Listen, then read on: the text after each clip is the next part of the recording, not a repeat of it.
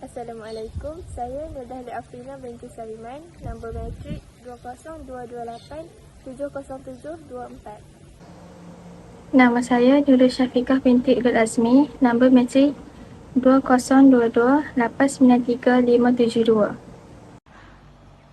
Assalamualaikum, nama saya Nur Anis Ada binti Janis, nombor matrik 2022897348.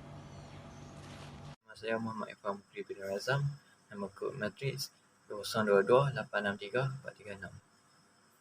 Peristiwa 13 Mei 1969 merupakan peristiwa yang menyentuh sentimen perkauman. Ia bermula apabila Parti Perikatan UMNO, MIC dan MCA mengalami kekalahan semasa pilihan raya 1969. Parti Gerakan, DAP dan PPP yang menerima kemenangan besar telah membuat perarakan besar-besaran dan telah mengutuk dan menghina orang Melayu. Hal ini menyebabkan tercetusnya kemarahan buat golongan kaum Melayu.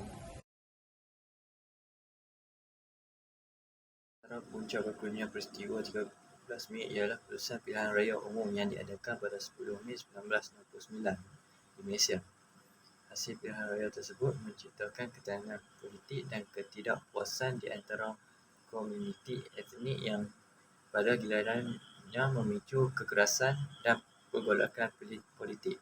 Hasil pilihan raya pada tahun 1969 menunjukkan bahawa perikatan yang mewakili parti-parti yang mendapatkan sokongan mayoritis Melayu memenangkan sebahagian besar kursi tetapi dengan margin yang tipis. Hal ini menciptakan perasaan ketegangan di kalangan kelompok etnik tertentu yang merasa bahawa hasil pilihan raya tersebut tidak mewakili aspirasi mereka sepenuhnya. Punca yang kedua ialah konflik perkauman antara kaum Melayu dan bukan Melayu di Malaysia. Adalah fenomena yang kompleks dan terkait erat dengan sejarah dan perkembangan sosial negara Malaysia. Konflik ini terdapat mencakup berbagai isu ketegangan dan perselisihan yang timbul antara komuniti etnis tersebut.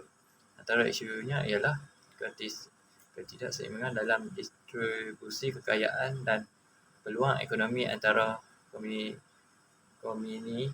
etnis di Malaysia telah menjadi sumber ketegangan, ketidakpuasan dan persepsi ketidakadilan ekonomi, dapat menciptakan konflik antara kelompok-kelompok etnis.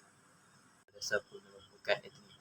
Penjajahan British menyebabkan berlakunya dasar pengelompokan etnik dan menyebabkan negara ini berpecah belah, sehingga kaum Melayu, Cina dan India mempunyai identiti sosial budaya masing-masing. Contohnya, Cina yang menetap di kawasan Lombok Biji Timur dan Pekan-Pekan, India yang menetap di ladang getah, dan Melayu berada di kampung sahaja. Keempat ialah isu identiti dan ketakutan. Isu-isu identiti dan ketakutan di kalangan kedua-dua komuniti etnik juga berperanan dalam peristiwa ini. Sentimen nasionalisme Melayu dan sentimen etnik Cina semakin meningkat dan terdapat perasaan ketidakpastian dan ketakutan akan kehilangan hak-hak dan kedudukan masing-masing komuniti. Antara kesan yang terdapat pada 13 Mei 1969 ialah perintah darurat diisytiharkan. Menurut tuanku, pengistirahan darurat bukan bermakna menidakkan kehilangan undi parti. Tetapi, perintah darurat diisytiharkan disebabkan situasi yang berlaku mengkehendaki kita untuk bertindak cepat atau sebaliknya situasi ini akan menjadi semakin dahsyat dan tidak dapat dikawal dan kita akan berhadapan kembali dengan perintah darurat yang pernah diisytiharkan kerajaan British pada tahun 1949.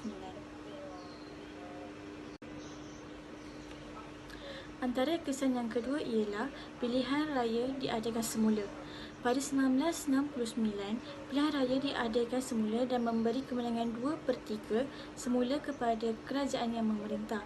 Wilayah Persekutuan Kuala Lumpur dibentuk bagi mengurangkan pengundi Cina dalam Dewan Undangan Negeri Selangor.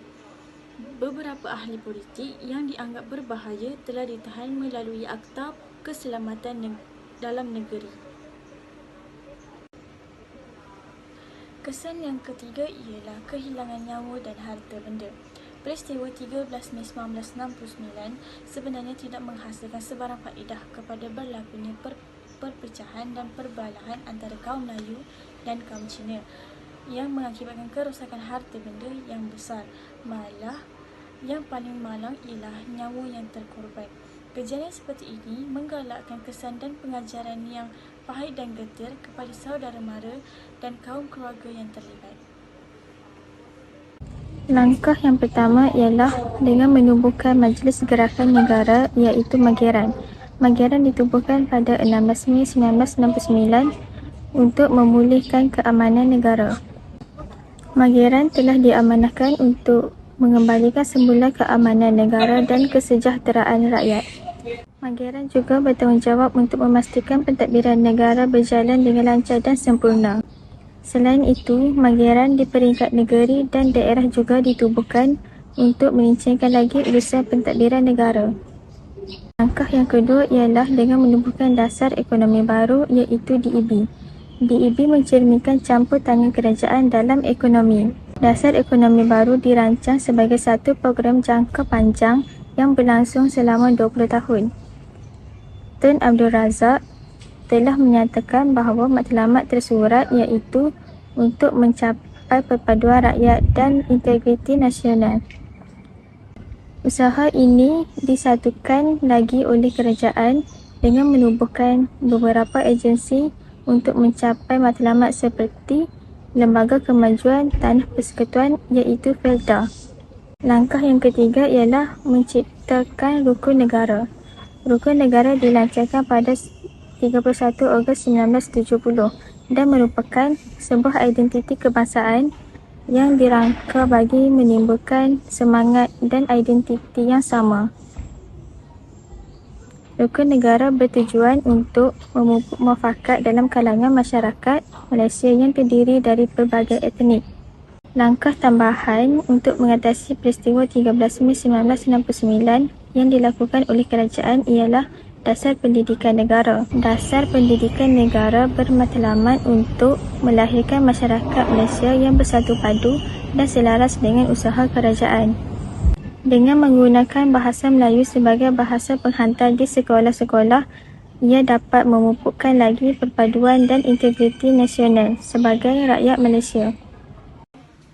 Peristiwa 13 Mei 1969 merupakan sejarah hitam di negara kita di mana kita tidak ingin perkara tersebut terulang lagi. Setelah apa yang berlaku, hal ini dapat membuktikan bahawa ketegangan politik boleh meragut keamanan negara.